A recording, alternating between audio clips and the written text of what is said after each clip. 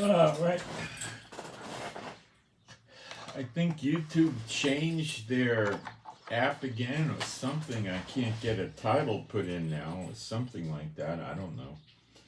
Anyway, let me go try to deal with this by going into the chat and seeing what they actually put up. I don't know what they put up.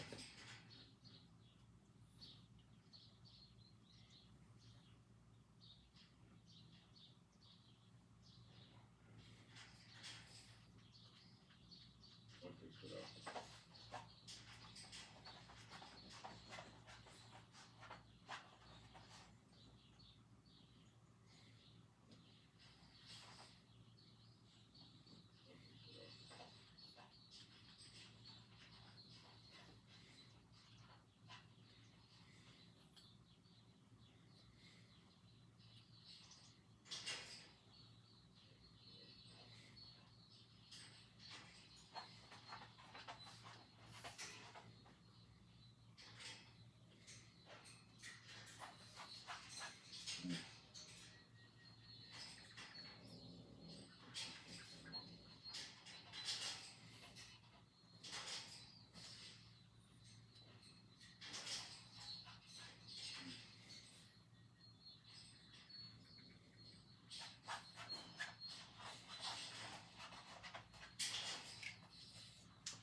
I'll be a minute while we wait for people to come in. If people are coming in, I'm not even sure this is broadcasting.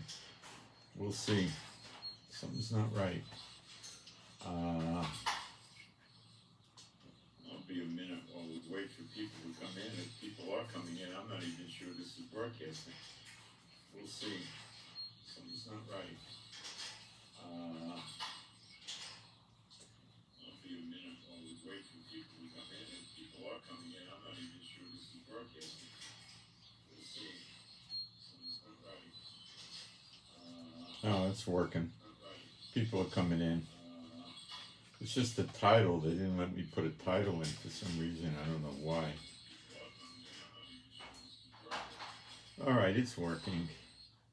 Good enough. The title's not right. I don't know why they're doing that. I rebooted it and it still didn't take. So they change their app all the time. I don't know what they're up to. Okay, so I'm Moshe. I'm coming to you from Israel in the Galilee, where I lived for many years. It's the 6th of February, 10 o'clock in the morning. Our reign is over. What that means is the Lebanon War might start. Now, the tanks, armored personnel carriers, mobile artillery, Humvees, all these other things don't work that good in the mud. I mean, they work, but the airplanes are relatively unaffected, but it's going to start drying out now. It's going to take 3 to 5 days to dry out. We're going to have a lot of, well, relatively speaking, a good amount of sunshine. And this might be the end of the winter, I don't know. But projecting out quite a ways, there's no more rain. And they're predicting, let me take a look. One weather channel is, I'll tell you what the verdict is here on this. We're going to get up to 66 degrees today, which is going to dry things out pretty good. 67, actually.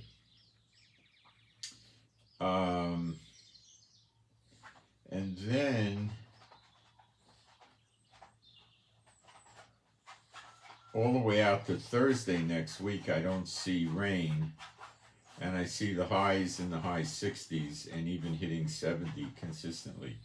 Now, the other weather channel, which is not for my immediate area, it's for the general region.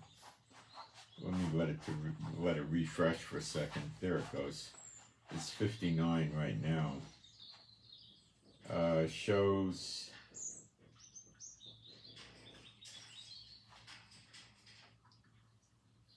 on the 14th, which is a little more than a week, 41% chance of rain for the 14th, 15th, 16th, 17th, and then they're showing reasonable chance of rain all the way through the 20th from the 14th. So we may be back in that nasty stuff again, but it's generally not giving us high probability of rain. And that's not my immediate area, that's the north in general. So I don't know. That might, of course, get the IDF not interested in doing an invasion because it's going to be more than a week and the rains may start again. But the highest chance of rain is 40-something%, which is, you could expect rain.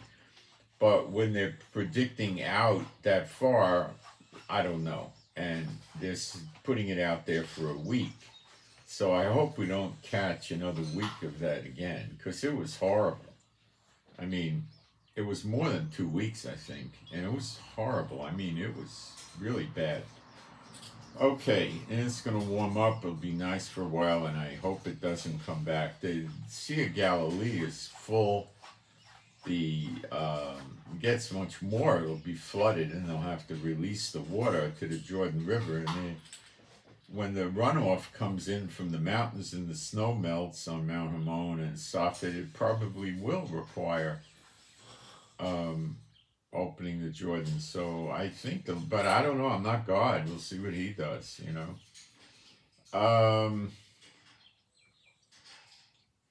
Okay, let me go here for a second. Giving people a chance to come in before I start working. That's Tiki Bird. He's mad at me or something. Okay, we have a toss request for Mike. Toss request for Mike MM. For TD Tom David. TD Tom David. Healing for the bladder. For TD Tom David. Healing for the bladder. EB Edward Bravo. EB Edward Bravo. Healing. For EB healing. For KG Kilo Girl. KG Kilo Girl. KG healing. All right, that's takes care of those requests. I'll delete them. All right, now let's do some current events. The Houthis are still attacking ships. All these big, brave attacks from the Americans and the Brits are no good. A British ship got attacked a number of hours ago again, but I don't think it's disabled. It got hit, though. As I tell you a million times, they're not going to get anywhere without a ground invasion. The Houthis in Yemen have threatened to cut the cables in an unverified manner. I understand that but I haven't verified it. People are saying they moved divers around. Now, I don't know how they found out. I don't know. We'll see. The cables do carry financial transactions to the tune of $10 trillion a day. If they cut the cables, 95% of the world internet will be affected. However, it's not going to mean no internet for many people. It's going to mean affected. So you're not going to be able to access certain sites and stuff like that. Now, these cables are basically like a thick garden hose, or, I don't know, like this, 3 inches or something. They're fiber optic, I believe. They normally lay them 300 meters under the water. However, with Yemen, there's a pincher point where you go from the Sea of Aden up into the Red Sea, where it's very, very narrow. And I believe over there, it's one place, probably over there, it's only, the cables are only 100 meters deep, 330 feet. Divers could get down that far without a lot of trouble. I mean, it would be sophisticated equipment, but they could get down there. They don't need a special submarine type vehicle to do it. So they are threatening, as of, I think, 2 days ago, cutting the cables. You must understand they have no fear. They don't care about dying. And they may very well cut the cables. Iran may very well attempt to close the Mediterranean. through Morocco, where there's Gibraltar Straits, which is another pincher point. Weeks ago, they put IRGC soldiers into Morocco, and Algiers has sort of declared war against Israel. I think they left it up to their president and prime minister, but the Congress gave them permission.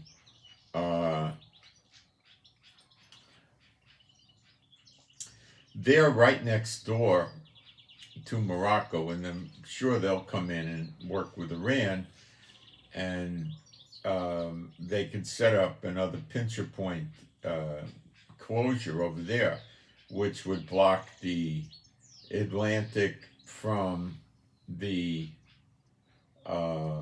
Mediterranean. Now, there's probably internet cables going from the Atlantic into the Mediterranean, and I don't know where they are in relation to Morocco or Spain. It's hard to say. So you can't, I don't know. I don't know about those cables yet, but we'll probably find out soon enough. The Panama Canal is messed up on its own. From a drought, they flood the canal with waters from a lake, and there's a drought, and they have trouble, and there's multi-week delays for getting ships through the Panama Canal, and the volume of ships is greatly decreased. This could lead to shortages in everything, machine parts, to mess up production, or delay it, really, probably just delay it, and food, moving food around can, again, it'll be delayed. The Panama Canal is down. They just got to go around South America. It's a 2-week delay, and it raises prices. Africa, with the Red Sea and the Suez Canal, same thing. They just go around Africa. I don't know, it's about a 10-day, 14-day delay. And Israel set up this land corridor using the UAE port and Haifa in Israel, where you could load containers, offload at Haifa. They get on trucks, and they're trucked into Jordan, Saudi Arabia, and then they go to the UAE. They get back on ships and they move. I imagine the truck drivers drive, in tandem, go through the night, and it probably doesn't take very long to get there. Let's see what the distance is from Haifa to the UAE. That'd be what Dubai, we'll call it, because I think that's where the port is.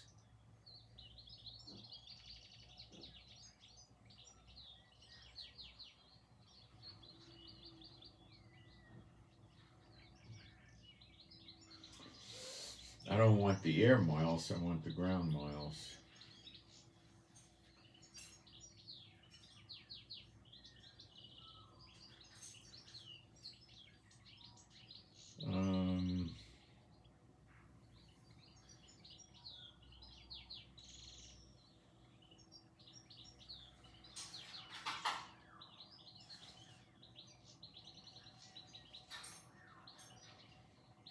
Well, by air it's 1,400 miles, but let's see.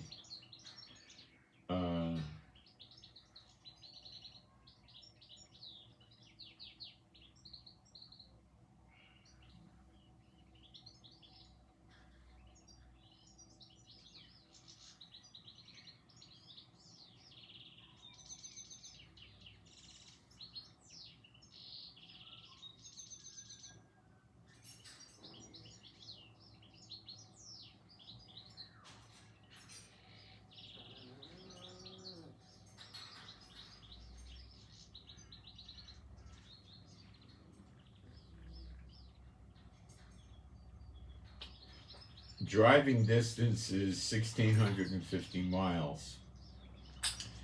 Trucks could do that if they have tandem drivers.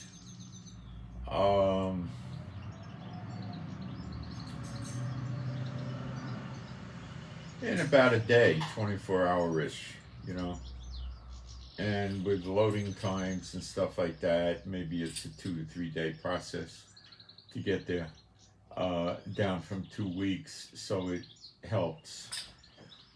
Israel's enjoying a lot of revenue from that.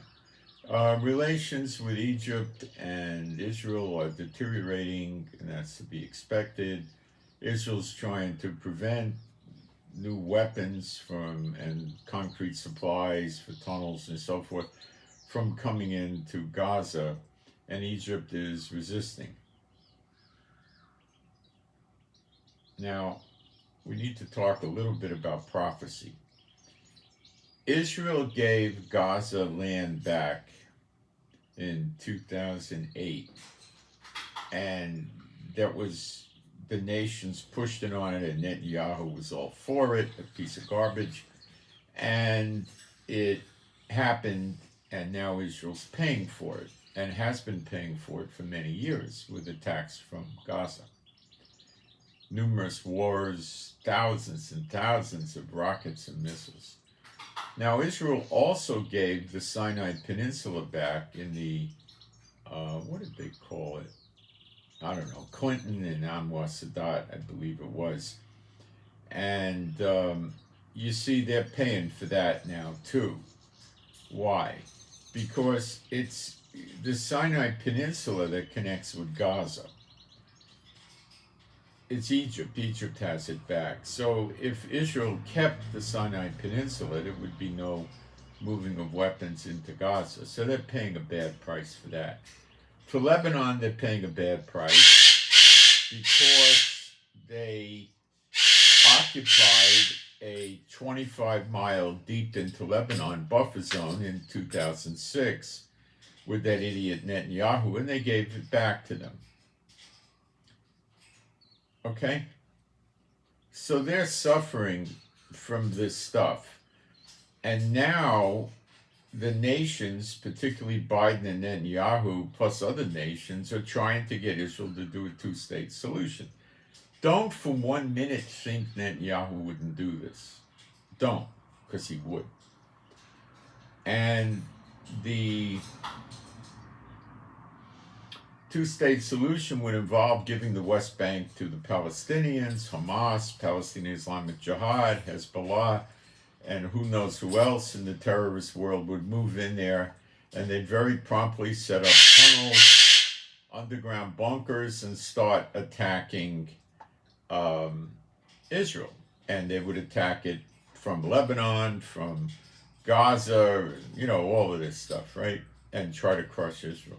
So Netanyahu was in favor of this, of course, because he's not serving the God of Israel. You'd have to be insane to believe he does. Look at the parades he put through Jerusalem, huh? And so that's what the nations are trying to do. They tried to have the countries attack Israel, and it failed. Hamas attacked Israel, which was, an inside job, let's say. And I attribute Biden is up to his eyeballs in that one. And it didn't work. They're getting their head handed to them.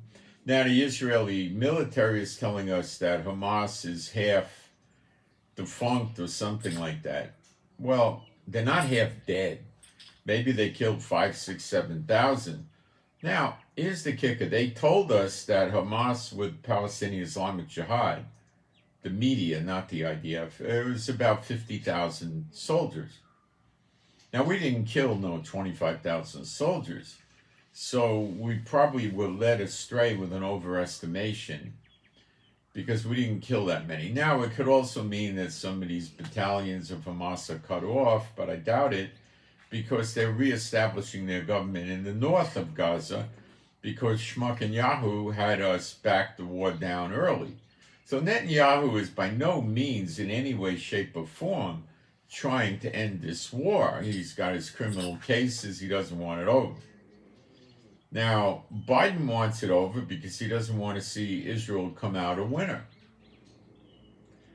Okay? To date, Hamas has rejected all the peace offers. They cling to, we want a permanent end of the war. We want Israel removing itself from Gaza completely. And we want to stay in control. And we also want the terrorists in prison released for the hostages and they talk in numbers of 150 terrorists released for one hostage. And this is to mock and ridicule Israel. So right now, the peace deal is quite dead. The separation is too vast. Cater, their job is to act like an arbitrator and negotiate with Israel. They're enemies of Israel. They support Gaza. They help them build the tunnels and get weapons. They're absolutely opposed to Israel, as is Egypt, and they act as negotiators. And Shmukinyahu uses them for negotiators. So he's, one of the worst things that could ever happen to Israel. But the people voted him in because they like the corruption he offers. That's my opinion. So now he's facing jail, and he's throwing the country in war. And would he throw the country into a war leading to destruction in his mind? If he could, I, in my opinion, think he would. But that's not what God's plan is. You can't just look at what their intentions are. You have to look at God's intentions, and it's not what they think is going to happen.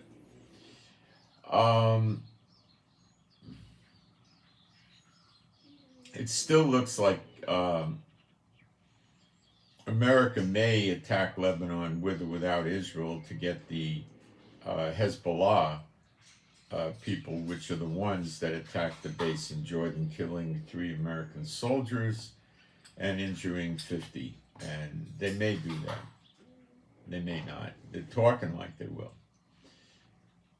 Right now, I see no indications of America attacking Iran. It could happen, but I see no indications so far.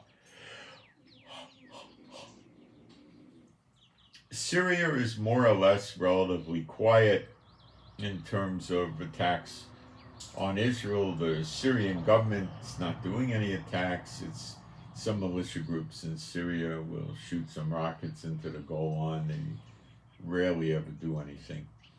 And it's sporadic. It happens 2-3 times a week, typically. Lebanon is upping the actions against Israel, but still restricting themselves just to the border. That could be a setup, or the amount of really good missiles they have is very minimal. And you also have to remember, it's not the amount of missiles you have, it's the amount of missile launches you have. Now, 80,000 or more people are still displaced from their homes by the Lebanese border, and 120,000 or more are displaced from Ashdod, Ashkelon, etc., and the south area, which is east of Gaza. Okay? So that's, I guess, a synopsis of the war. More and more countries are probably going to send ships down to the Red Sea by Yemen, and it's not going to work. And their military leaders have to know that by now.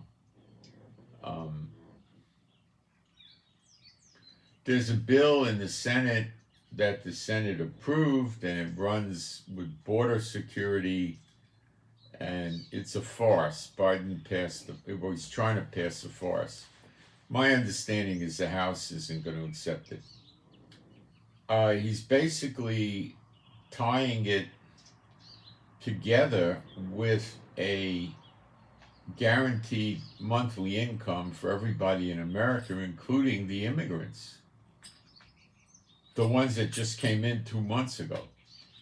If they applied for amnesty and they got a court date, they're going to get the assistance.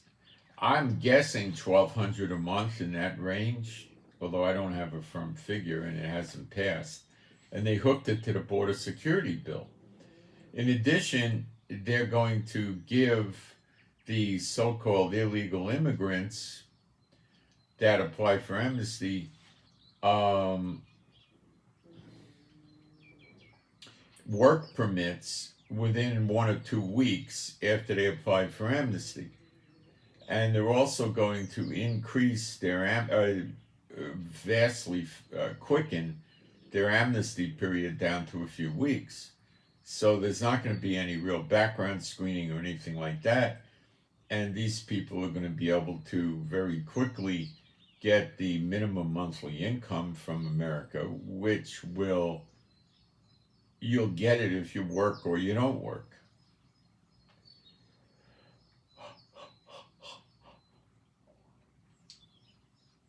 This is probably Biden trying to bring popularity to the Democratic Party or make it look like it, and it's probably not going to pass. I understand that you might have as many as 10 million immigrants in America that will qualify for this minimum monthly income. Now ask yourself, if Biden has a minimum monthly income of $1,200 a month, do you think that the people coming to the border of America will surge up? Of course. And they also get working papers so they could work. Of course it'll surge up. It'll surge way up. And he's going to give them fast amnesty in a few weeks. So they'll be citizens or permanent residents. I don't know what it says. They'll be able to join police departments, go in the military, work, buy guns legally, everything else. What would that do to the economy with 10 million extra people working when there's already layoffs? Won't help. Will giving the people that monthly stipend help? Well, it'll increase the national debt. It'll make America look bad economically, but it would help the economy because these people would be spending the money. I'm sure some of them are going to buy illegal drugs with the money, but a tremendous amount of them are going to use it to pay rent, buy a car, used car, whatever, buy food, clothing, and so forth. So that puts more commerce into the economy, so that would help. But prophetic time, I don't think allows. Look, this bill they're passing, the Senate approved it, so it goes to the House. The House, without a doubt, is going to make major amendments to it. It's going to go back to the Senate, and they'll make major amendments back. And it's probably never going to pass.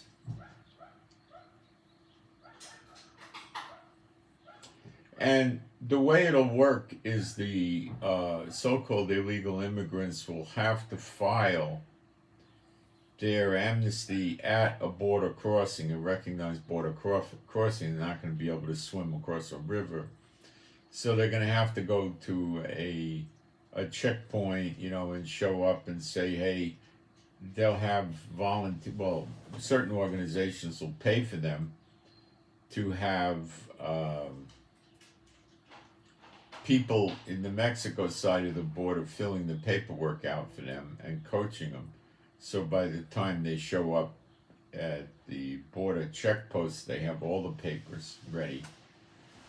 And they submit the papers, and then they probably get an interview. Now, I'm sure Border Patrol's going to look through their backpacks and pockets. They'll have them go through a metal detector. So the flow of drugs may actually reduce. It will also probably authorize Biden to put federal troops on the border and shut the border down. But it's a farce. It's a scam. Because it's just going to make them process at the entry to America at a big checkpoint, and then they get in. They'll get in the same day.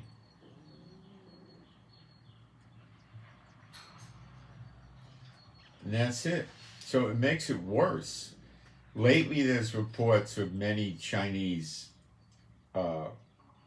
immigrants coming in, and you know they're going to be mostly military-age males. And it looks like China was waiting for the last minute to make sure this is really going to go down, and now they're deploying their assets. They've had many here for years, but they're putting the final touches on. These could be helicopter and aircraft pilots, computer people, people that know how to use artillery, missile, rockets. These are people China was saving for the last minute. So the last minute is coming around. And Biden is trying to throw smoke screens at the American public with this bill. All Biden had to do was tell the Border Patrol to close the fences back up and not let the people in.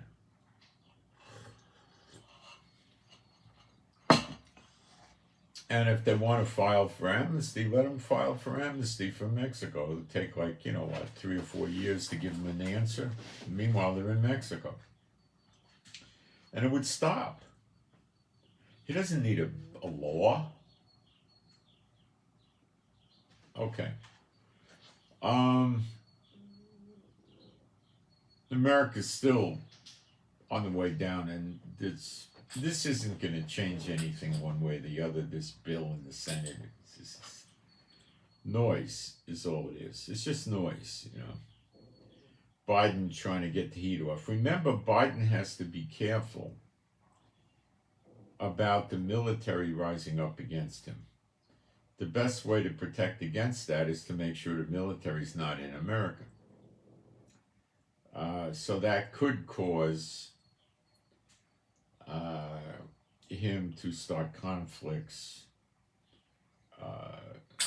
with Iran directly, because then he could explain, 100, 200, 300,000 soldiers being deployed over there. See, then the military can't rise up against America. How are they going to get back, So, and then he could do the same in the Pacific with North and South Korea and so on and so forth. Yemen, Iraq, Lebanon, and all of that. He may even fight with Gaza. We heard there was an announcement to troops that might happen, that was going to happen or something. So, we don't know how real these things are. And they could be real at the time, and then they change their mind. So it's not looking good for America at all, and it's not supposed to. All right, let me check the live stream here.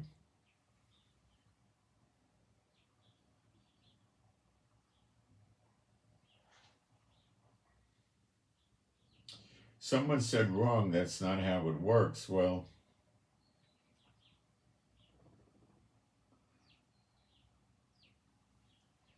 no, I understand the Senate passed it. I had headlines that the Senate passed it. Let's see if I could find a link for that.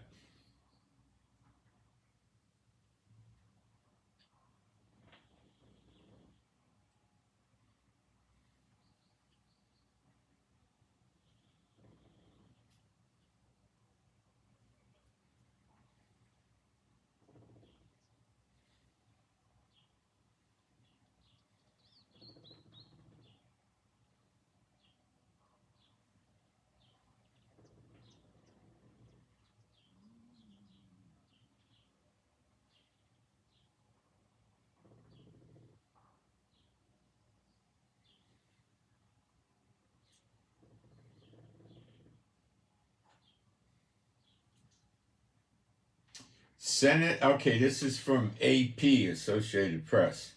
Senate releases a border and Ukraine deal, but the House Speaker declares it dead on arrival. Well, if it didn't pass it, it wouldn't go to the House. Let me read it.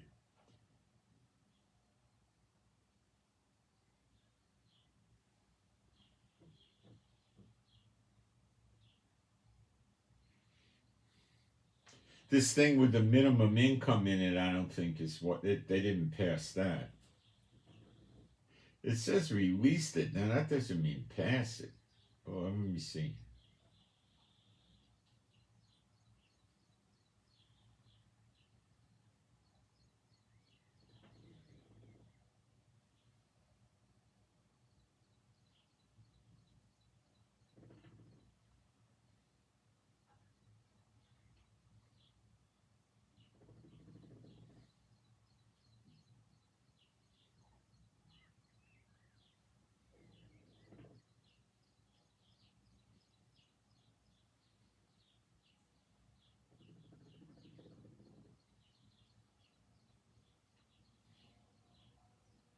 Well, I'd have to say you're right. I apologize. It appears they released it, which just means they said, "Hey, here's a bill we drew up," but it hasn't passed. I stand corrected. You're correct. They did not pass it. It's in there though as a bill. It has not passed. Oh, it's not seriously going to get passed. No,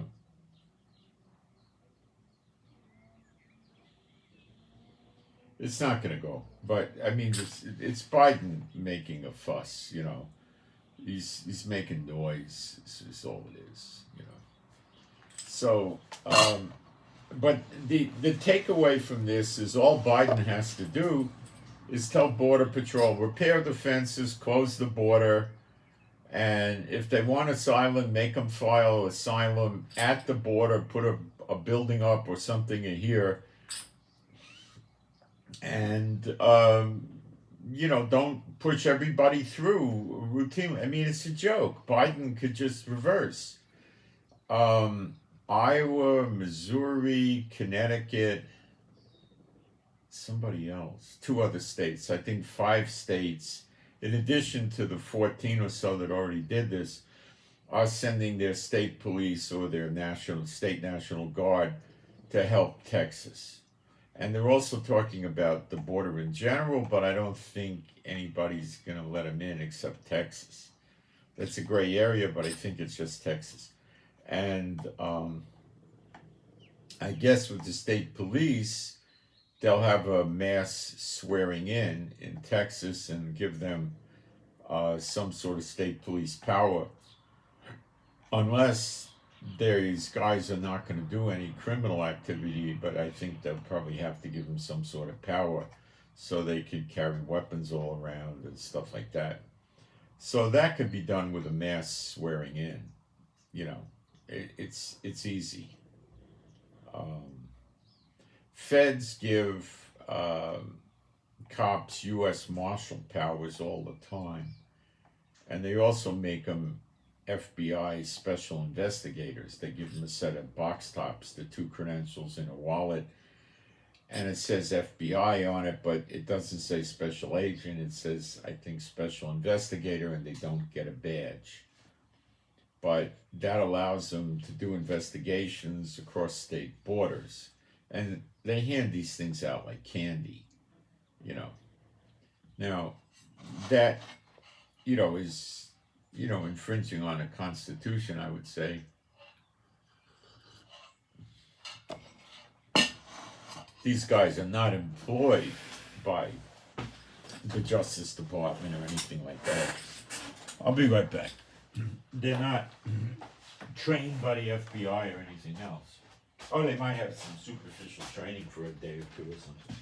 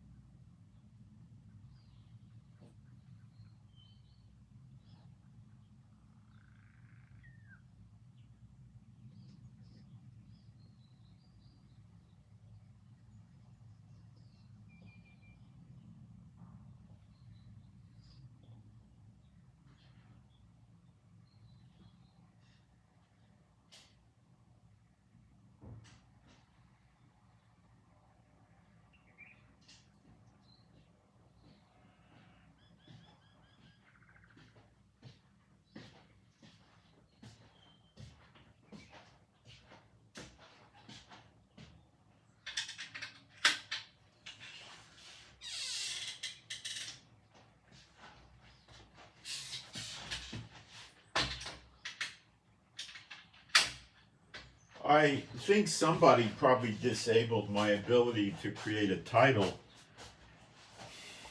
in YouTube to cut down the amount of people that watch my videos.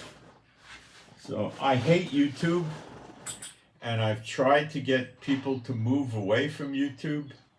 It's impossible. I get emails, oh, I can't access these other sites.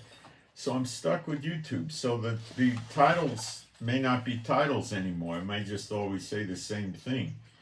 Let me see what the same thing is again, if I can. It just says the name of my channel and it says I'm live. Nice of them, huh? Well, we'll see what happens. It might get fixed. I could complain to them and maybe they'll fix it.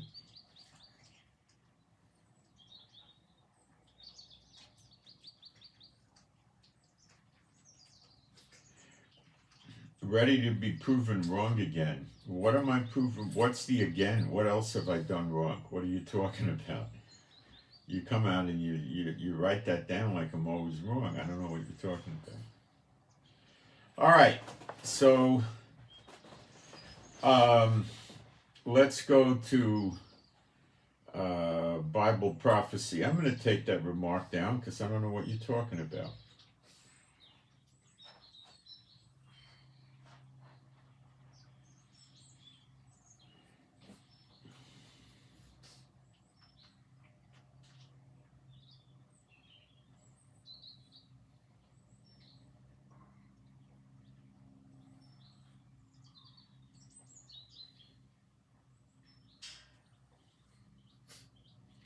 I get a lot of nasty comments these days, last 2-3 weeks. Okay, if you don't like me and I'm wrong all the time, you don't watch me. You don't have to watch, you know.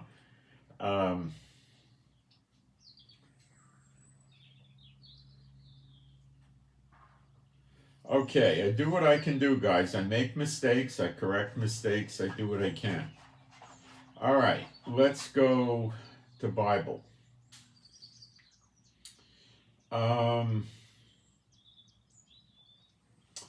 We did get some answered prayers. I've got a lot of good insights now on second Exodus and the Exodus from Daughter of Babylon.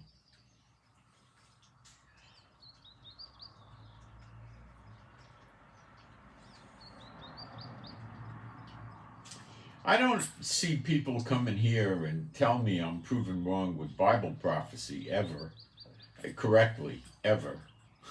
I correct myself. Okay.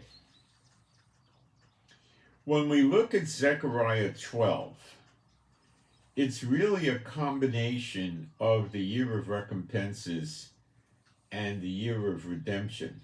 Now, let me show you why I say that. The Lord showed me that yesterday.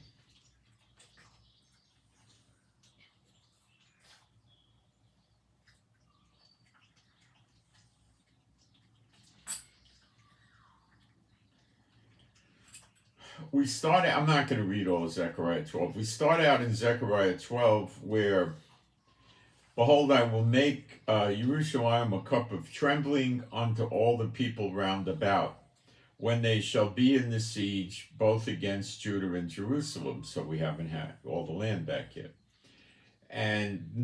Let's keep going. And in that day will I make Jerusalem a burdensome stone for all people. All that burden themselves with it shall be cut in pieces. Though all the people of the land, probably the earth, and it's the heathen, be gathered together against it. And then we read about the battle with the blinding, the horses, and then what we read in verse 6 is, in that day, so it's the same day, I will make the governors, which is the chiefs, which is the judges, as I've covered many times in Isaiah 1. The Lord says he's going to run Israel with the judges like he did at the first, which was Moses and Aaron. They were judges and they were prophets. And it also says with the counselors. Remember, they had the 70 counselors. That's how he's going to do it again. So I will make the chiefs, which is the 2 witnesses of Judah, because you got to be a prophet to be a judge, which is a better word than a chief. And judges are prophets. Okay, Samson, for instance, was one. There were many judges. Usually they did pretty good, not all the time.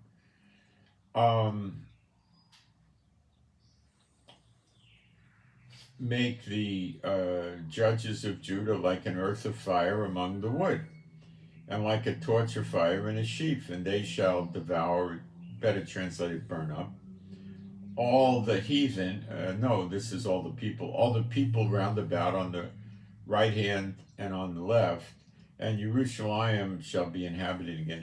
It means remain still in her own place, even in Jerusalem. They twisting it for Schofield or something. So who do you know that has fire coming out of their mouth? But 2 witnesses. He says it once, fire among the wood like a torch of fire. And the other time he says, an earth of fire among the wood, and like a torch of fire in a sheaf. Well, there's 2 witnesses. That's why he does it. And then he saves the tents of Judah first, and then the house of David.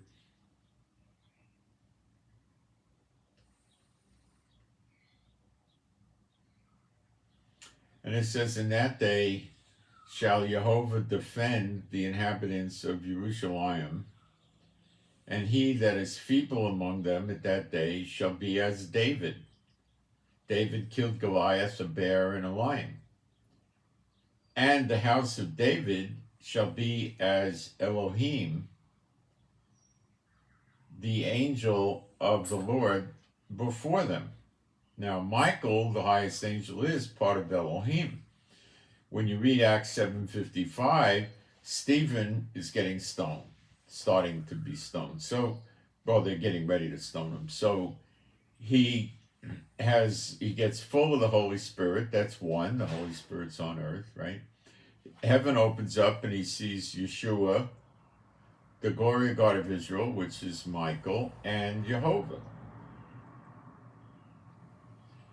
So why is Michael standing there, the glory God of Israel, if he's not part of Elohim? See? In Exodus, it says, 23, I believe, Jehovah puts his name in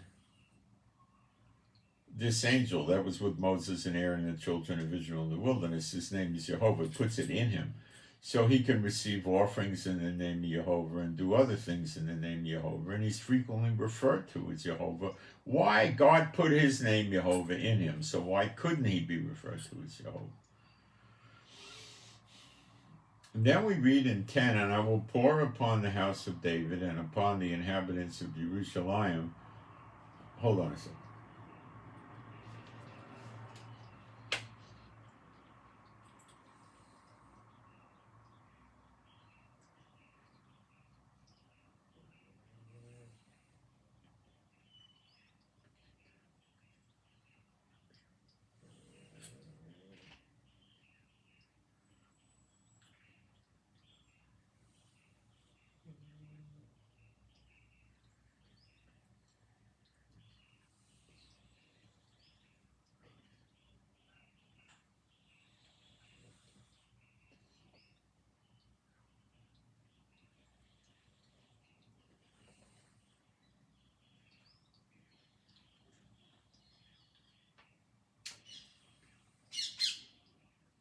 Had to do a little spiritual warfare. I discerned somebody was trying something. Okay. Pour upon the house of David and upon the inhabitants of Jerusalem the spirit of grace and of supplications. So that's obvious that they are full of the Holy Spirit. Okay? That would obviously make them, at this point, believers. unless you want to argue God's putting his spirit in unbelievers, which I don't believe he would do. And they shall look, they become, probably simultaneously become believers when the spirit goes in them. Something God can do. I mean, maybe they were unbelievers when he puts the spirit in them, but then they're believers, and put it that way. And of supplications, and they shall look upon me whom they have pierced. And that's Yeshua. And then they mourn for him. Okay? Now, they saw Yeshua when he was crucified, but they didn't mourn for him. Nobody got the Spirit poured out on him at that time. So forget that argument that it already happened. That's church idiots. Okay, and the idiots that believe him. So what happens when they look upon Yeshua? This is something the church has concealed because people don't dig themselves in the Bible. They trust the church, which is idiotic. And this is John 6:40. This is the will of him that sent me, that everyone that seeth the Son and believeth on him may have everlasting life. And then it says, and I will raise him up at the last day. Of course, that kills all their pre-trib, mid-trib, post-trib, and raptures. It kills it dead as a doornail, but they don't give up. They stay with it. You know, it's the same thing as, let's say, the Babylon captivity, where they wouldn't go to Babylon, and they said, we're the flesh, and Jerusalem's the cauldron, you know, the kettle pot that protects us, and, you know, it didn't work out. And the church is doing the exact same thing with the rapture, and it's not going to work out. The rapture is everybody gets raised up on the same day, the last day. Most people won't understand that it's a takeoff from the last day in the Feast of Tabernacles, which is a 7-day holiday. Millennium is the 7th day after the 1,000 years is expired. That's in Revelation 20. Satan's released. And that begins the last day, the 8th day. But how do you know it's the rapture is in the last day?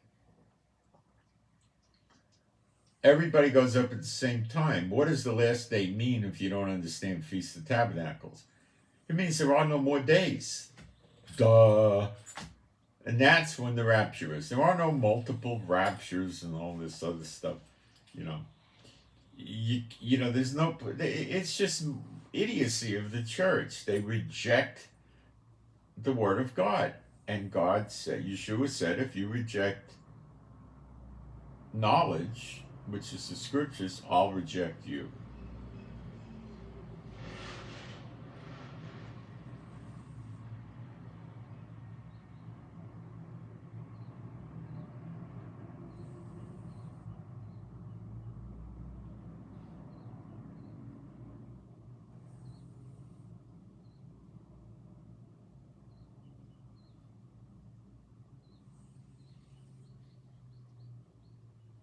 Boy, we're getting them coming out of the woodwork here.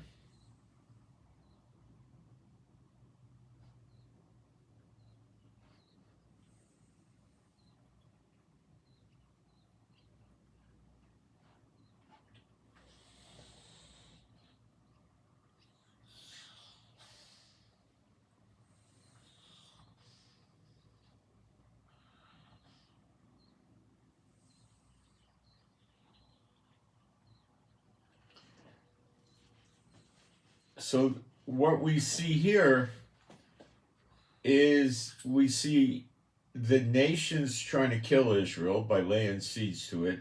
They don't actually invade. Then the 2 witnesses burn them up, which would sound like year of recompense to me. Then they have eternal life, which is what redemption is. That you're redeemed from what? The second death, from death. The Holy Spirit is the down payment for your redemption. So first the Holy Spirit poured out on them. Now they got the down payment for their redemption. Then comes their redemption. They look upon the one whom they have pierced, the sign of the Son of Man. It's not the second coming. Many things still have not yet happened. In Zechariah 12, we don't read of the beast.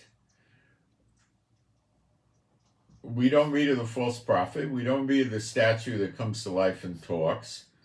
We don't read of the beast temple. We don't read of the beast in the temple.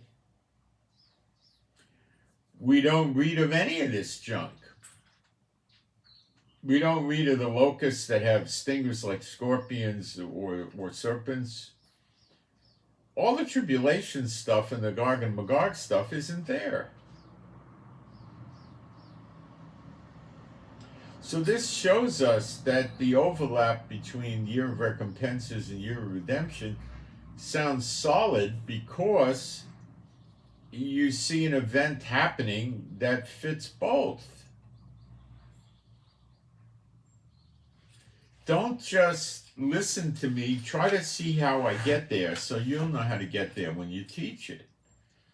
That's important. Now we're going to get into some good stuff, which I know you're going to like. But before we get into the real good stuff, we'll get into the kind of good stuff, which is Zechariah 1. Verse 1. And it starts off in the 8th month in the 2nd year of Darius. So they're back from Babylon, or I don't know, something like 17 years. Came the word of the Lord unto Zechariah, the son of Berechiah, the son of Edoah, the prophet, saying, Jehovah hath been sore displeased with your fathers. Therefore say thou unto them, Thus saith Jehovah of armies, Turn you unto me, saith the Lord of hosts, and I will turn unto you, saith Jehovah of hosts. Well, when he poured his spirit out on them, did they not turn to him? By mourning for the way they treated Yeshua and what they said about him? Of course they did. They turned to him. Give me a second.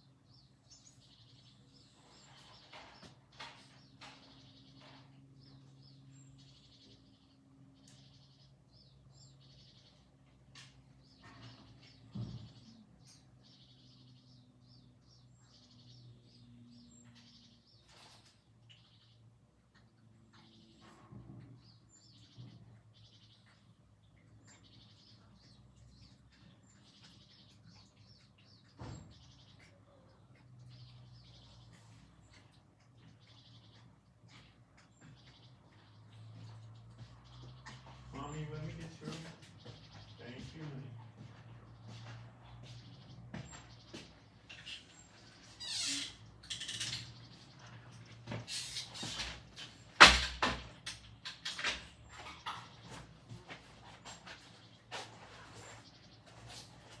Okay.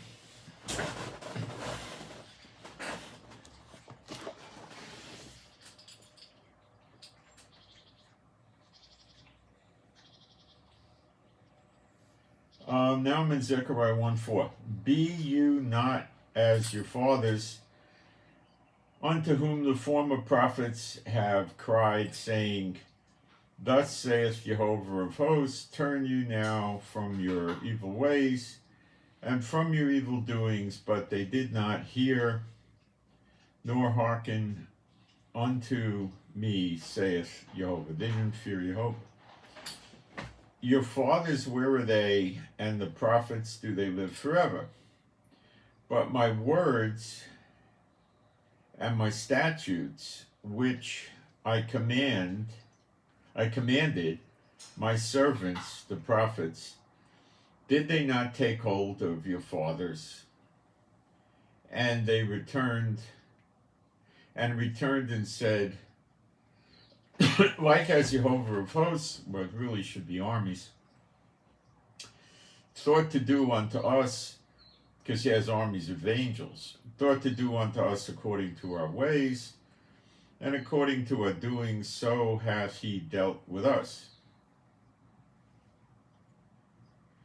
Upon the 24th day of the 11th month, which is the month of Sabbat in the 2nd year of Darius, came the word of the Lord. It's the same year. Came the word of the Lord unto Zechariah or Berechiah, son of Iddo the prophet, saying, I saw by night, and behold, a man riding upon a red horse, and he stood among the myrtle trees that were in the bottom, and behind him were there red horses, speckled and white. Then said he, I, O my Lord, what are these? And the angel that talked with me said unto me, I will show thee what these be. And the man that stood among the myrtle trees answered and said, These are they whom Jehovah hath sent to walk to and fro through the earth. And they answered the angel of the Lord that stood among the myrtle trees. Now, when it says angel, it's word 4397, which is Malach, which is Malachi's real name, and it means messenger. But we'll keep going. Angels can be messengers. That stood among the myrtle trees and said, We have walked to and fro through the earth, and behold, all the earth sitteth still and is at rest. Then the angel of the Lord answered and said, O Lord of hosts, how long wilt thou not have mercy on Jerusalem and on the cities of Judah, against which thou hast had indignation? So this hast had, well, you know, it's the past tense of the 70 years of the Babylonian captivity, which has been over for 17 years. So he's saying you had all this anger towards them, these 70 years, these 70 years. And Jehovah answered the angel that talked with me with good words and comfortable words. So the angel that communed with me said unto me, Cry thou, saying, Thus saith Jehovah of armies, I am jealous for Jerusalem and for Zion with a great jealousy. That means he wants them back. And I am very sore displeased with the heathen that are at ease, for I was but a little displeased, and they helped forward the affliction. We need to work the words through here, because his words aren't so great. And I am very sore displeased. Let's go through these words. Okay. Very is gadol, which means large or great.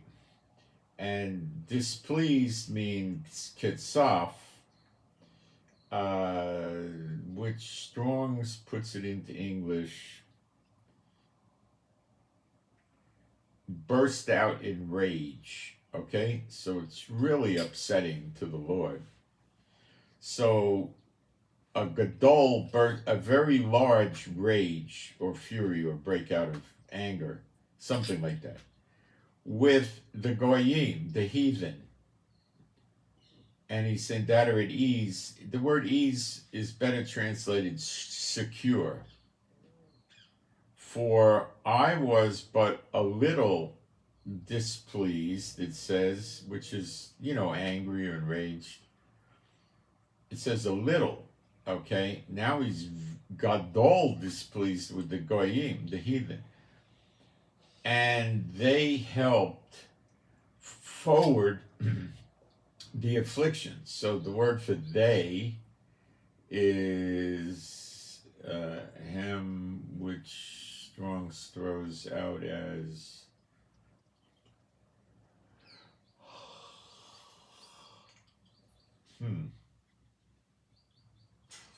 it could be it or they. Helped is Azer.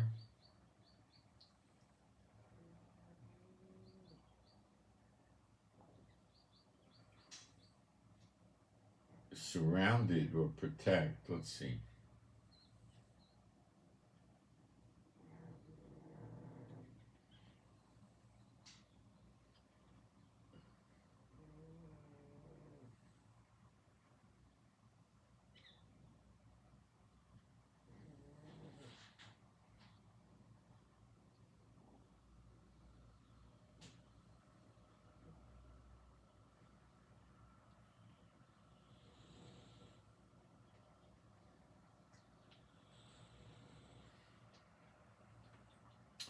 The bad or the calamity. The King James translation is not so bad. It's just Old English, but forward the affliction. You get the idea. They made the punishment on Israel worse than God intended it. But God said he's going to turn them over to their enemies, and this is a 2,000-year period, which is Hosea 6:1-2. So he won't go back on his word. Therefore, thus saith Jehovah, I am returned, and that word is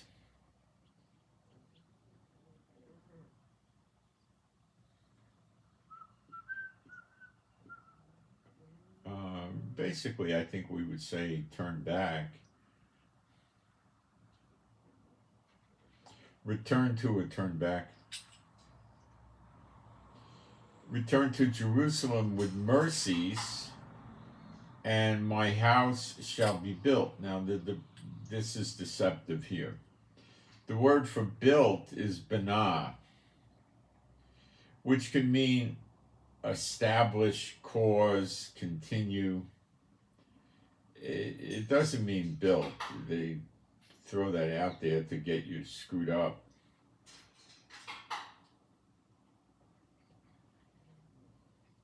Of course, we don't build the next temple. It comes down from heaven, and I know that is not the second temple. It's not New Jerusalem. Shall be built in it, in Jerusalem, saith Jehovah of armies, and a line shall be stretched forth upon Jerusalem. Cry yet, saying, Thus saith Jehovah of armies, my cities through prosperity shall yet be spread abroad. Now, the word for abroad makes you think that they're going to be built in Europe and Australia or whatever, right? That's not really a great translation of the word.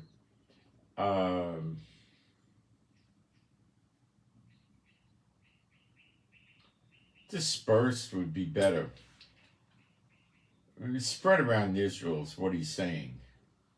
Shall be spread around Israel. Jehovah shall yet comfort Zion, and shall yet choose Jerusalem. So it's future. Now I'm in verse 18 of Zechariah 1. Then lifted I up mine eyes, and saw, and behold, 4 horns. And I said unto the angel, or the messenger that talked with me, what be these? And I think it was the angel there. I think that's good there. And he answered me, these are the horns which have scattered Judah, Israel, and Jerusalem. So they scattered Israel, which has been scattered a long time. So if we start saying, it's Lebanon, Gaza, Yemen, and Iran, we're missing this big. I mean, we're out in left field, okay? So it's going back through history. So who would I say these 4 horns are?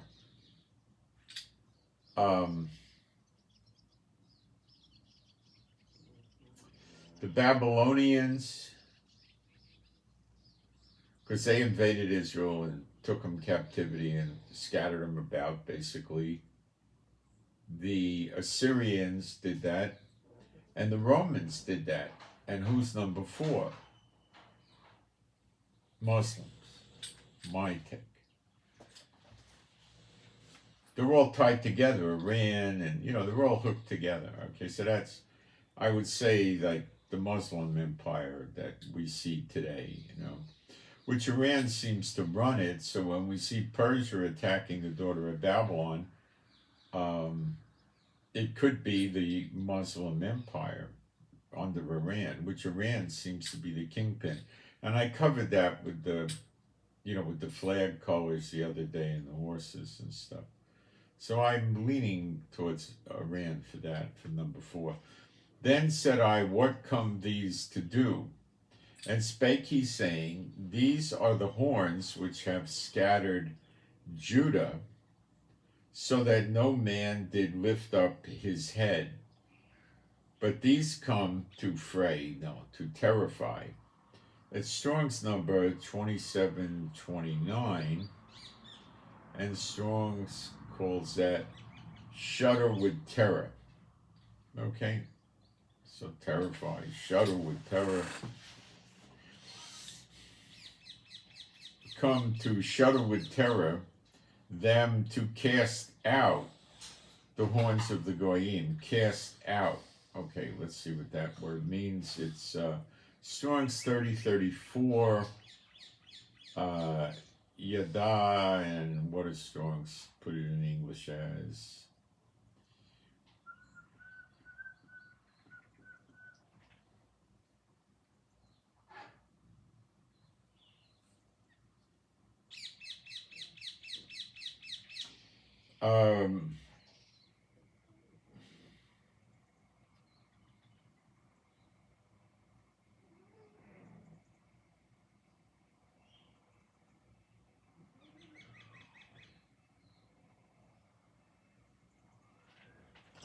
This is a hard one to get the right meaning. Let me see. I'm going to keep working on it.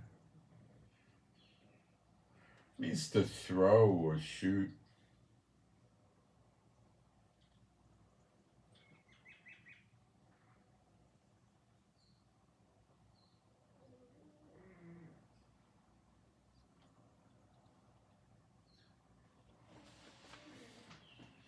To cast out the horns of the Goyim, the heathen, which lifted up their horn over the land of Judah to scatter it. Well, it sounds like it's the Muslims, the Muslim empire.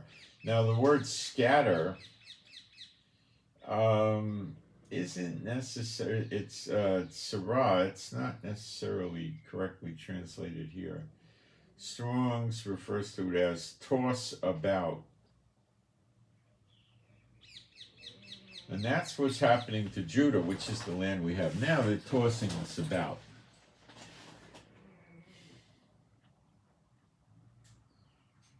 So who's tossing us about now? They're not scattering us to the nations. Who's tossing us about now? The nations under Iran.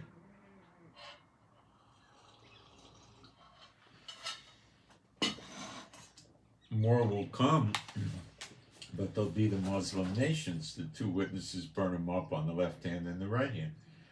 There may be others added in too.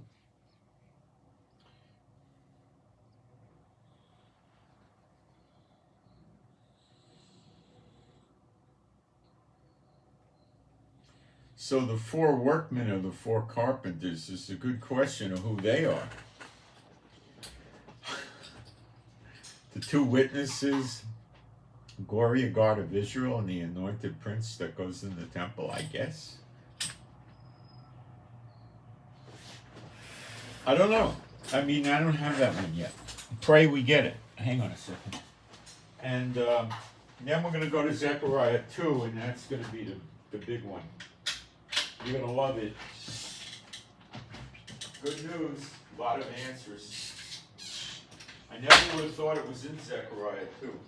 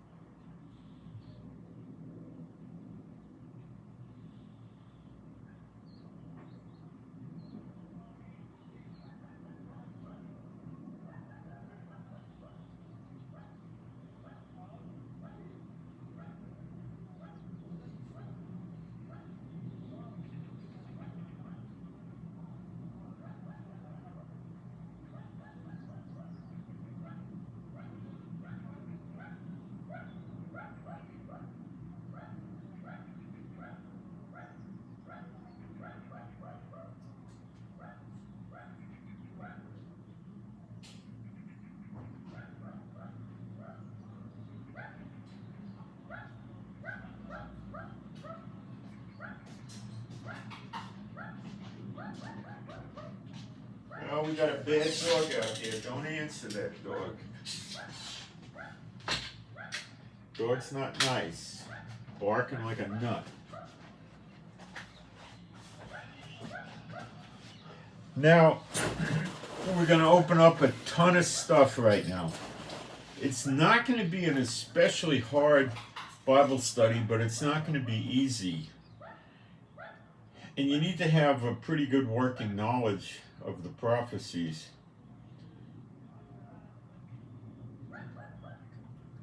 Okay.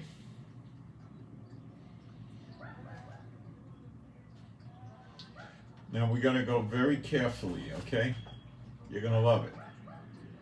I lifted up the Lord showed it to me this morning. I lifted up mine eyes again and looked, and behold, a man with a measuring line in his hand. Now the word for man is 376 Strong's, esh, which means man. Then said I, whither goest thou?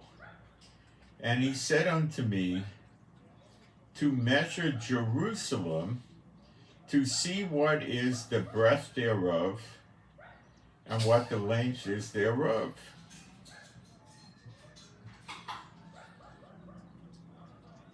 Okay, now, who is this? It's one of the two witnesses, Apostle John. How do I get there? By implication mostly, but I think I got it. Let's go to Revelation 11:1. Whoops, wrong chapter. Revelation 11:1. And there was given me, who's me? Apostle John. A reed like unto a rod, and the angel stood saying, rise, and measure the temple of God, and the altar, and them that worship therein. But the court which is without the temple, leave out, and measure it not. For it's given unto the Goyim, and the holy city shall they tread underfoot 42 months. So I'm basing. What the heck is that? Hold on a second. Check my phone. Maybe someone's trying to do delivery, but I don't think so. Make sure my phone's working right. Let me go see if I'm getting a delivery. Hold on. I'm supposed to get one today.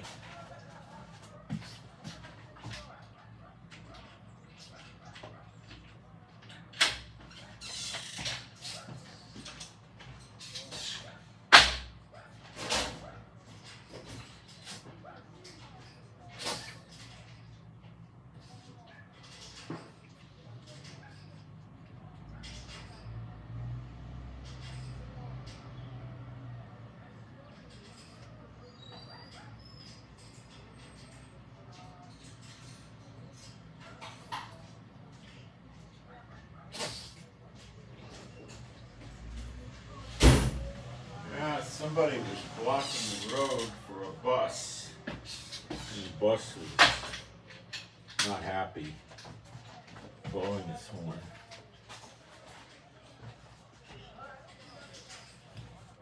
It's a commotion out there for some reason. I don't know what's going on. I'm not very worried about it either.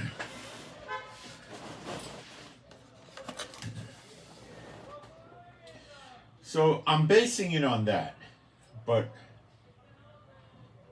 I think I got it. But let's go back. Zechariah 2.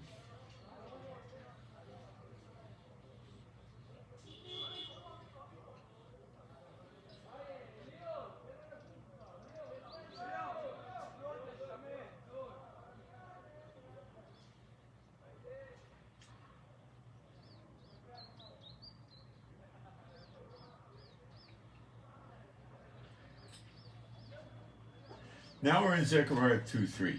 And behold, the angel that talked with me went forth, And another angel went out to meet him, and said unto him, Run, speak to this young man. Now the word there is na'ar. It can mean a servant, it can mean a youth. Let's see what Strong's does with it.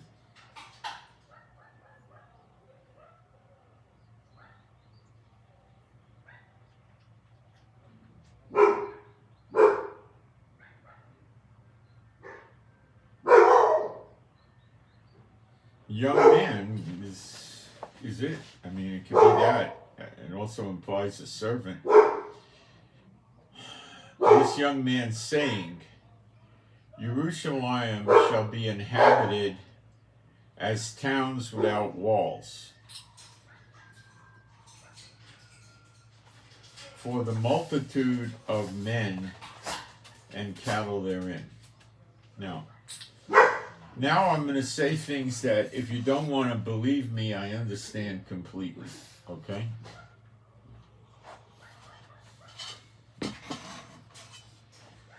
I know what Elijah's going to look like, okay? And he's young. When he's working, he's young. 25-ish, something like that. Give or take a few years.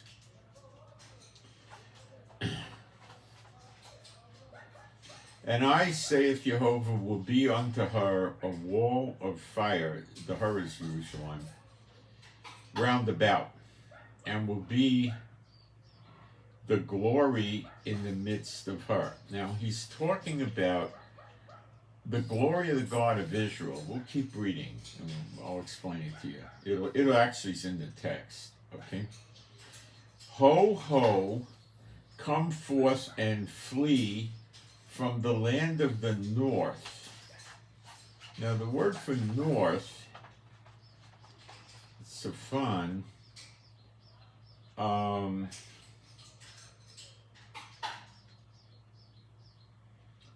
minutes south. This word it also means dark, hidden. That Strong says, number one, hidden, number two, dark.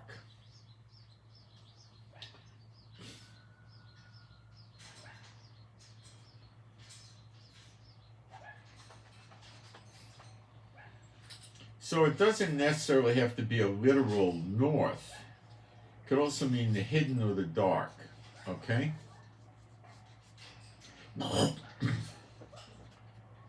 Now, I need to give you, so he's saying, ho, ho, come forth and flee from the land of the north, saith the Lord, for I have spread you abroad as the four winds of the heavens, saith the Lord. So it's spread you abroad as the four winds. He's calling for the second Exodus to come from all over. Now, the dark, can I make that make sense for you? Well, you know I wouldn't say that unless I could, right? Isaiah 60 verse 1. Arise, shine, for thy light is come, and the glory of Jehovah is risen upon thee. For behold, the chosek, the darkness, shall cover the earth, and gross darkness the people. But Jehovah shall arise upon thee, and his glory shall be seen upon thee. That's an easy one. That's not a hard one, right?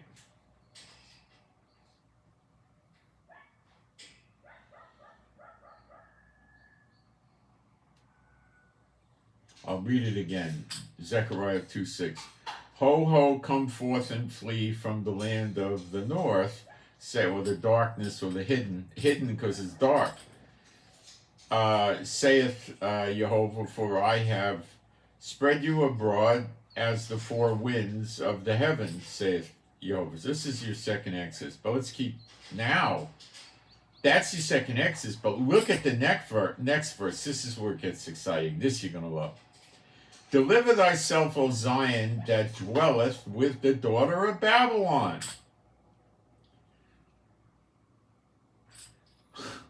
America. the exodus, the harvest out of America. And the word is malat, Strong's 4422 number. And Strong's calls this escape. Rescue, bring forth, escape. Those of you that survived the sword with Zion come to mind.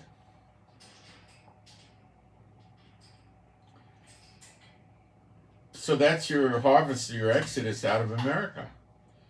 Zechariah 2:7. And what's it timed with? Flee from the land of the darkness or the hidden. Is that just America? No, I don't think so, because it says the four corners. So this gives us a strong indication that the second Exodus and the leaving America are pretty close in timing. For thus saith Jehovah of armies, after the glory, that's the glory of the God of Israel, the kabod is the word, hath he sent me. It's not Chodesh, or Kadosh rather, holy glory. Hath he sent me. Now the word for sent is shaliach. Now, you got to understand this word. It's hard. The way we use it in Israel is you pick up the phone. Yeah, Mize, who's this? Shaliach FedEx. So he's saying I'm the sent messenger. The sent one from FedEx. He's bringing a message or a package, Okay? After the glory. What does the word after mean? Achar.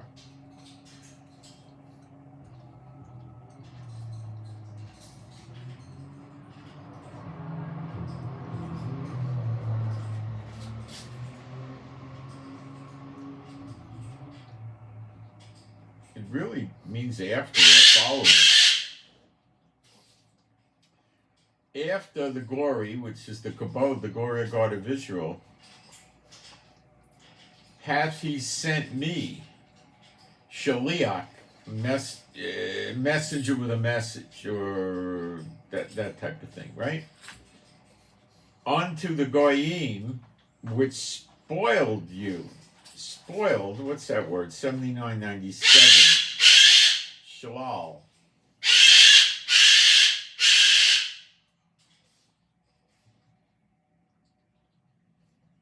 Plundered, let fall, broke, a prey. You got it? Okay.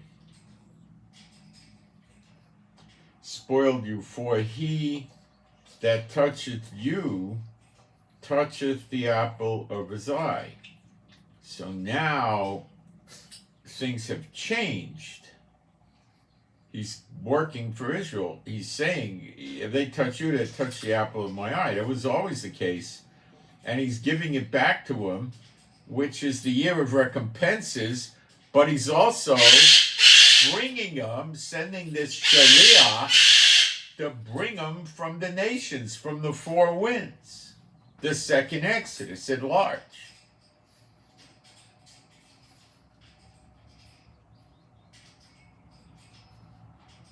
Now, I know something about Elijah. I'm not going to get into it in any depth, but I'm going to tell you something that I know, because I got it from the Lord. Elijah will be sent to many nations and will do signs and wonders so they know he was sent of Jehovah. I'm not going to elaborate.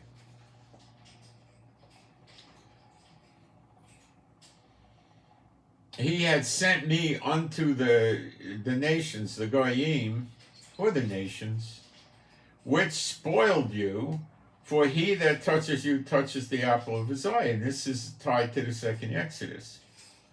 This is Elijah, the Elijah, one of the two witnesses. Shut up, neurotic. For behold, I will shake my hand upon them, and they, who's the they? The nations that were picking on Israel, shall be a spoil. And that word is shalal again, plunder. This is year of recompenses. Got it? Payback, recompenses. You got it? To their servant. See how it ties together, recompenses and redemption? Isn't this cool?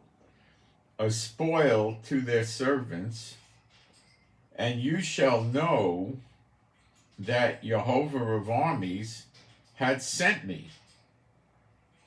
That fits Elijah to a T from what I know. But if you want to reject what I told you, what I know, because I'm not reading it out of the Bible, you can. But I actually am reading it out of the Bible just as well, although the words are not in, it's the same thing, basically. Sing and rejoice, O Bat Zion, daughter of Zion, for those are the Israelites, the ones now, For lo, I come and I will dwell in the midst of thee, saith Jehovah. That's the glory of God of Israel, the glory. And many goyim, nations, shall be joined to Jehovah in that yom, in that day, and shall be my people, and I will dwell in the midst of them. This is the glory of God of Israel, who Jehovah put his name Jehovah in. And thou shalt know that Jehovah of armies hath sent me unto thee. This is Elijah.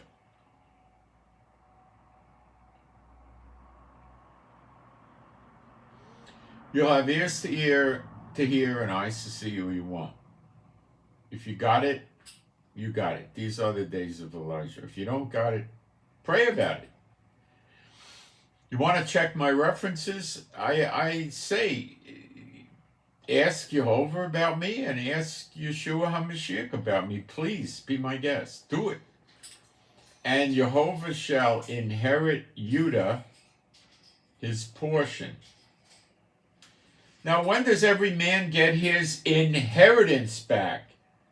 Shall inherit Jehovah, shall inherit Judah, his portion in the Holy Land, and shall choose Jerusalem again. Inherit.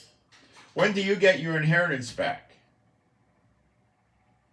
When you hawk the land and this and that? Every 50th year.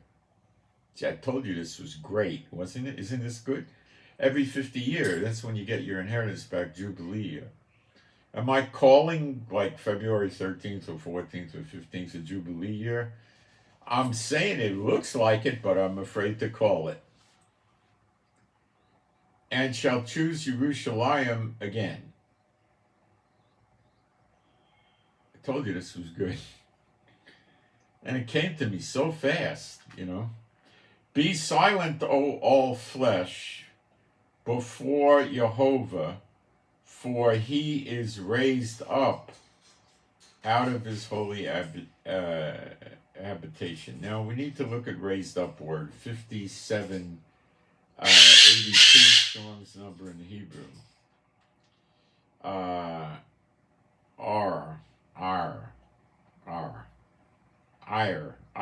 guess. I'm trying to get the pronunciation straight.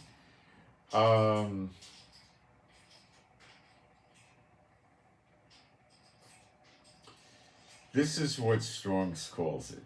This is beautiful. Through the idea of opening eyes.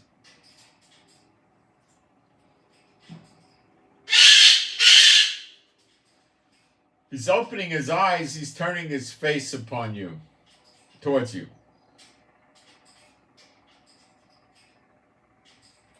I'll read again. Be silent, O all flesh, before Jehovah, for he is opening his eyes out of his holy habitation. He's shining his face on Israel now. He's jealous for Jerusalem and Israel.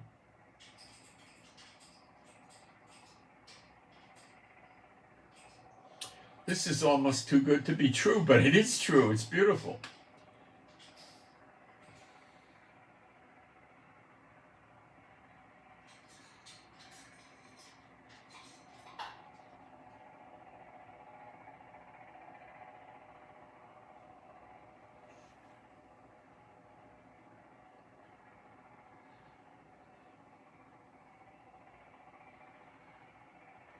Well, at this point, I would say we had enough for one day, don't you?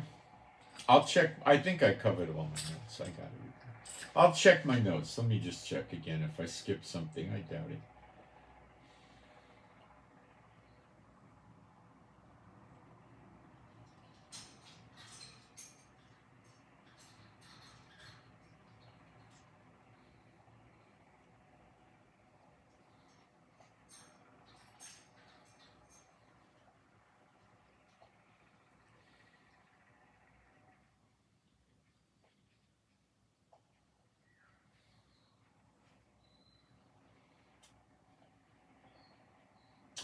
Okay, so what happens is we see Elijah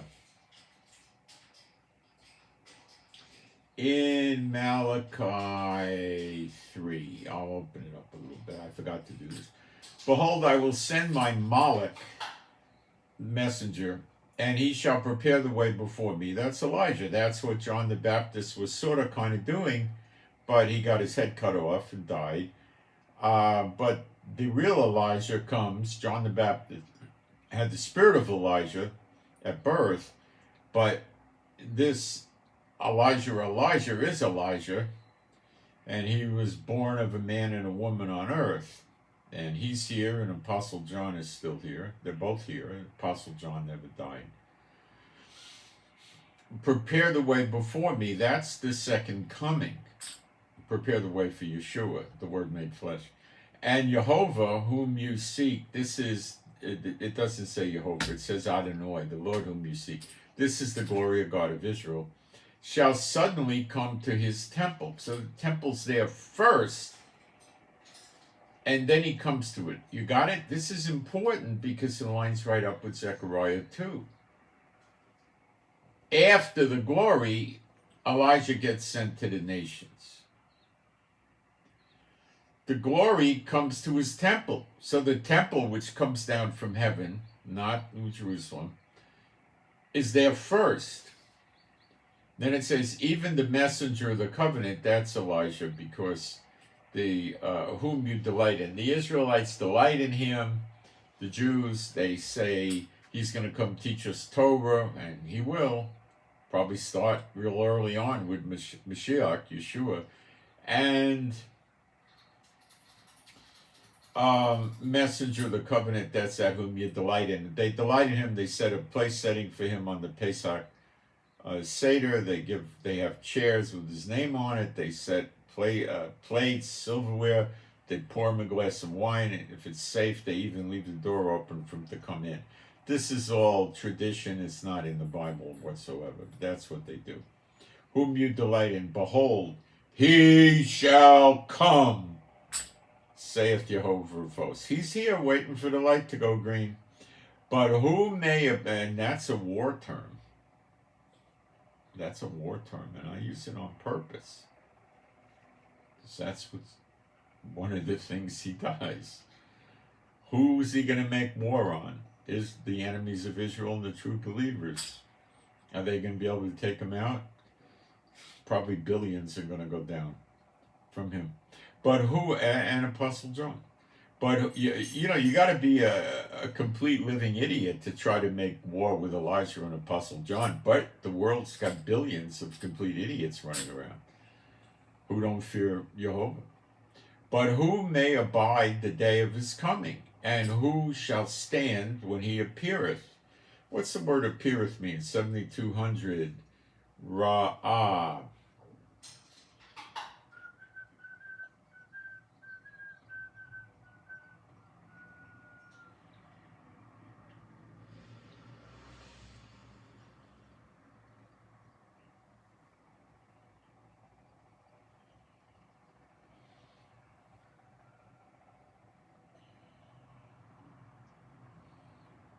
Appear means when he starts working openly and they say, "Who are you?" And he says, "I'm Elijah," or "I'm Apostle John." That's what happens.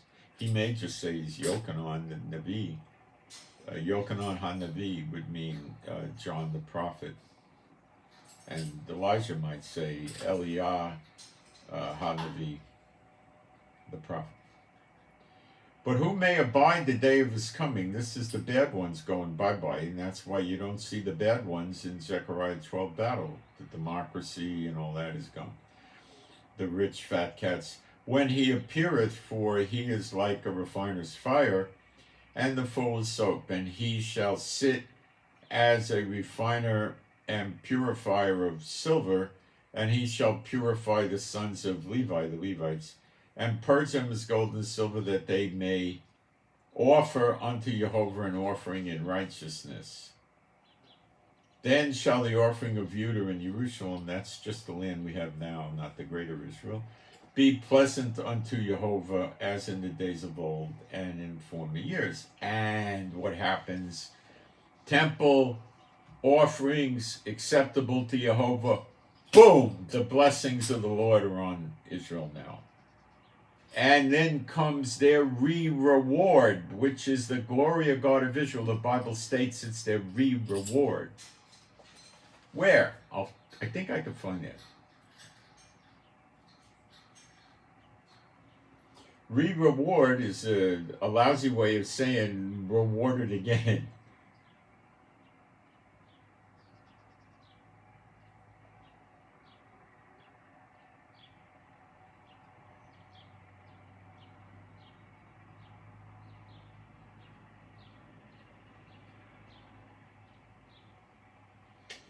One place is Isaiah 52:12. For you shall not go out with haste, nor go by flight. For Jehovah will go before you, and the God of Israel will be your reward. There it is. The glory of the God of Israel. It's used in the book of Ezekiel. Then thy light break forth as the morning. Arise, shine, your light has come. Isaiah 60. And mine health and thine health shall spring forth speedily. Ooh, we better dig this one. Isaiah 58:8. Then shall thy light break forth as the morning, and thine health, let's look that word up. Your healing or restoration. Oh, your restoration, your restoring to soundness. Sounds eternal life-ish to me. Then shall thy light break forth. Arise, shine, your light has come. The glory of the Lord is risen upon thee. Got it? As the morning, and thy health shall spring forth speedily. And when the Son of Righteousness shall arise with healing in his kanaf, in his extremities, the Son, S-U-N, of righteousness, then we see Yeshua, and that's in Malachi 4, we have eternal life as believers, and then we spring about or jump about or frolic about as the calves out of the stall. And thy righteousness shall go before thee. The glory of Jehovah shall be thy reward. Then shalt thou call, and Jehovah shall answer. Thou shalt cry, and he shall say, Here I am. In that nice, still, gentle voice. It just says Ani. Well, I think that's... No, Hine. Hine Yeshua, here he is. Yeah, like here I am. That's pretty okay.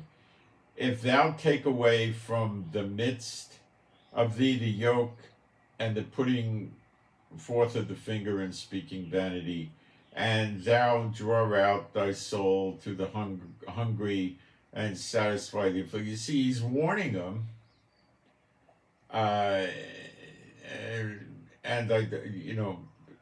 satisfy the afflicted soul.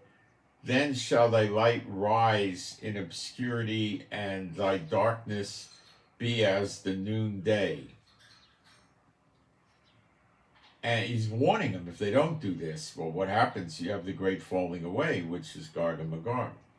And Jehovah shall guide thee continually, woe, and satisfy thy soul in drought, and make fat thy bones. And thou, this is Isaiah 58, and thou shalt be like a watered garden, and like a spring of water, whose waters fail not. And they that shall be of thee shall build the old waste places. Thou shalt raise up the foundations of many generations, and thou shalt be called the repaired of the breach, the restorer, as in restoration, of paths to dwell in. If thou turn away thy foot from the Sabbath, from doing thy pleasure on my holy day, and call the Sabbath a delight, the holy of Jehovah, honorable, and shall honor him, and doing thine own ways, nor finding thine own pleasure, nor speaking thy own words, then shalt thou delight self in the Lord, and I will cause thee to ride upon the high places of the earth, and feed thee with the heritage of Yaakov thy father. For the mouth of Jehovah hath spoken it, and if he spoke it, it's going to come to pass. So, we're back in Malachi 3.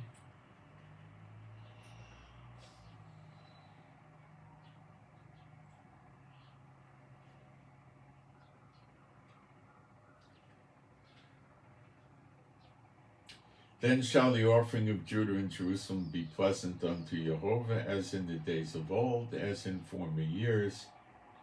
And I will come near to you to judgment, and I will be a swift witness against the sorcerers, the adulterers, against false swearers. That means they go to court and lie to drag you over the coals in the court.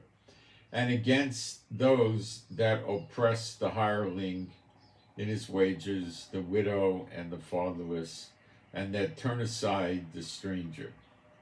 Turn aside means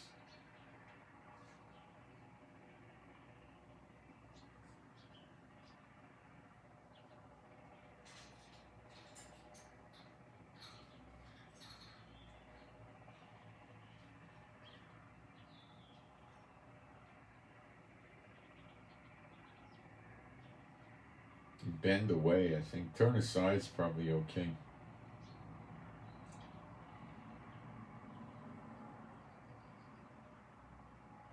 And fear not me, saith Jehovah of hosts. So they're going to get killed. That's your 2/3, I expect. Or is it referencing? No, I think it's tied to this time. For I am, you see, the democracy is gone in Zechariah 12. There's no government running around, it's just the two judges. For I am Jehovah, I change not. Therefore, your sons of Jacob are not consumed, even from the days of your fathers. See, he made a covenant with them, and he doesn't break his covenant. From the days of your fathers you are gone away from me, from mine ordinances, and have not kept them. Return unto me, and I will return unto you, saith Jehovah of armies. But you said, what shall we return? And it goes on and on. All right, about not giving the offerings and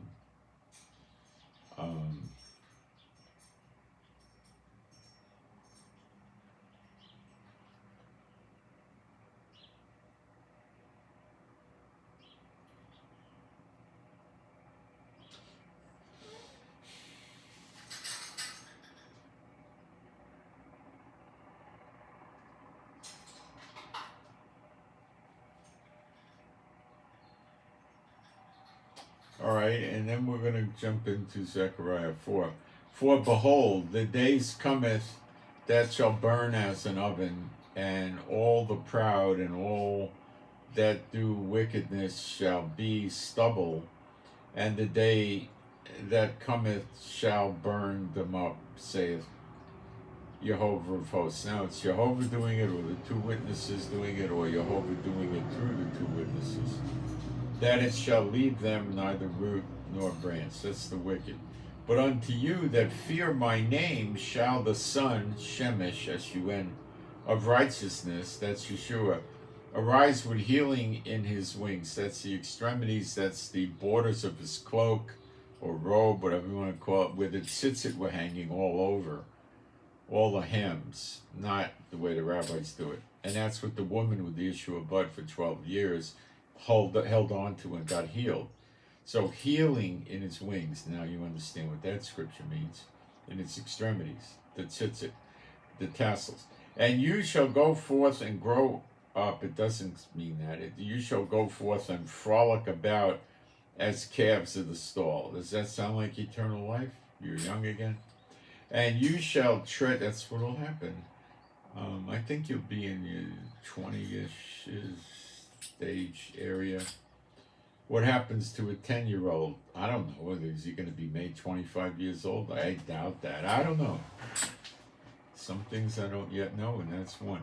And you shall tread down the wicked, for they shall be ashes under the soles of your feet in the day that I shall do this, saith Jehovah of hosts. This is Zechariah 12:10. They burn them up in the right hand and left hand.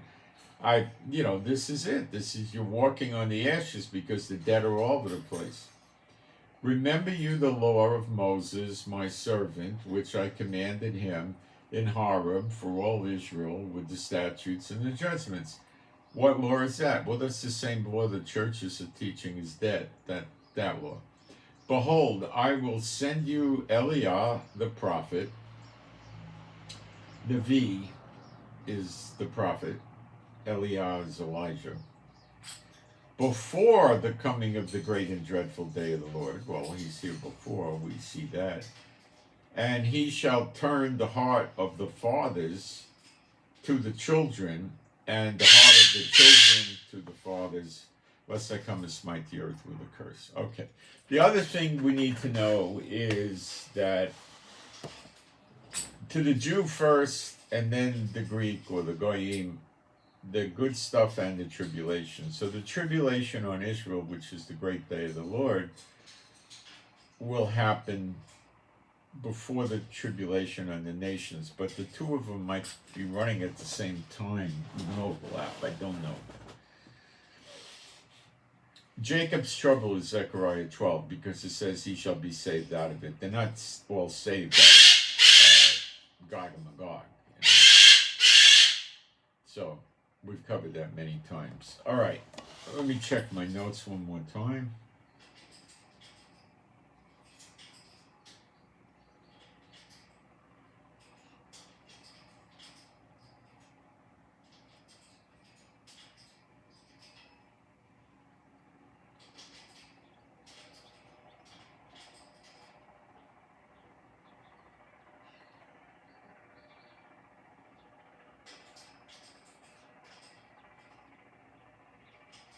I think I got it.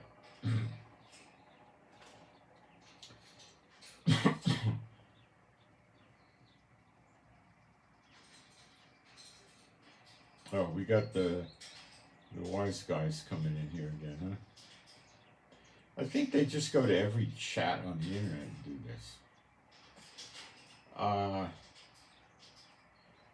Okay, so I think we covered what I needed to cover today. So I'm Moshe, my wife's Rivka. Please pray for our peace, safety, protection, and joy. And pray for the healing of our bodies. And pray for safe travel. My wife's running around Israel today, looking at the crops after the rain. So pray she be safe and secure. Pray that me and my wife and the animals and pets, which are all rescues, be happy, healthy, and whole, and the animals don't fight with each other. Pray for the peace of Jerusalem. Pray for better videos. Pray for more questions to be answered. I've got a bunch more I'm working on. And I am inquiring of the Lord, and He's answering me. Look at what we got today. This was amazing.